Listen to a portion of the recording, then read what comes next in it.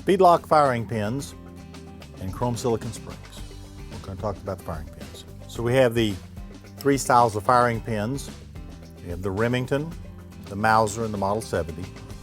The Model 70 comes in long and short. You can get an additional cocking piece if you'd like, so that you can change out the entire pin with the cocking piece.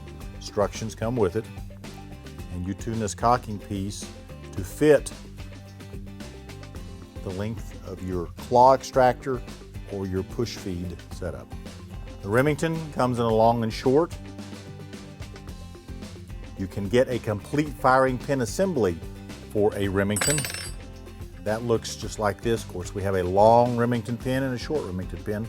The complete assembly comes with the firing pin, the chrome silicon spring, the bolt shroud, the cocking piece. So essentially, you unscrew your old one and you screw the new one in and bring your rifle up to faster lock time immediately.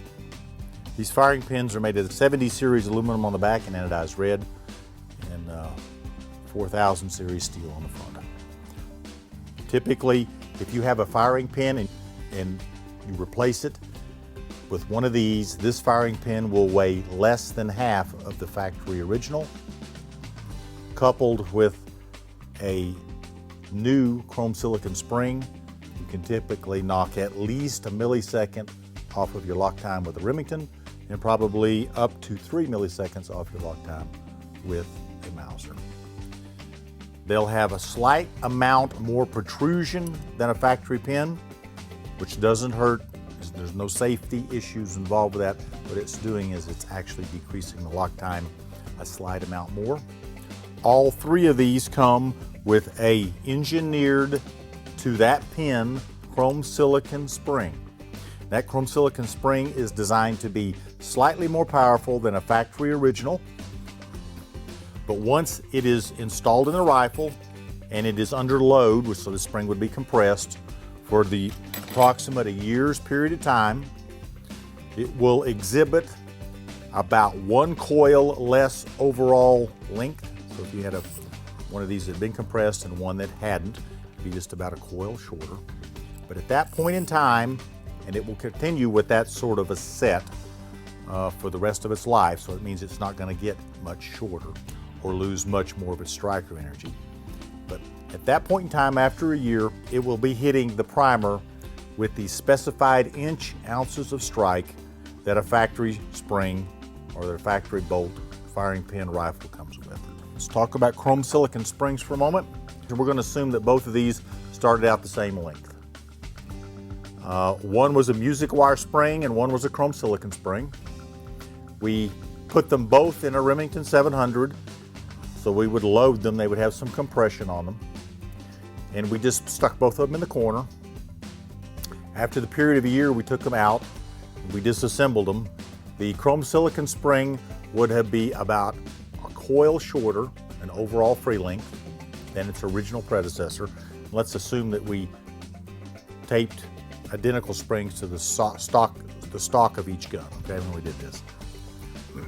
But the music wire spring was going to show or exhibit about 1 inch less of free length. What that means is that for that 1 inch less spring length that it has, it's lost about 20% of its striker energy. So it's kind of like driving your car around. It'll run, but you're running on 4 quarts of oil instead of 5. The spring wire is used commonly in the firearms industry simply because it's pretty cheap to make. You roll it, it's extruded or rolled, and you got a spring. Whereas a chrome silicon spring, you have the spring is made from an alloy. It's heat treated and stress relieved, which are post-winding processes. So consequently, this spring is designed to last for millions of cycles and keep about the same sort of striker energy or energy involved, and basically the same overall free length. Whereas the music wire spring is going to degrade each and every time that you're using it. Right? And over a period of time, it's going to get to the point that it's like running your car on 3 quarts of oil. And that's not really a good thing. Of course, all of these come with their own engineered to that pin chrome silicon spring. It just so happens that these have 3 different lengths, and if you look at the ends of them, they have 3 different diameters. So when you're buying a spring and a firing pin, you're getting something that's been engineered and re-engineered and several thought processes over a number of years, so you're getting a product that is designed to last forever.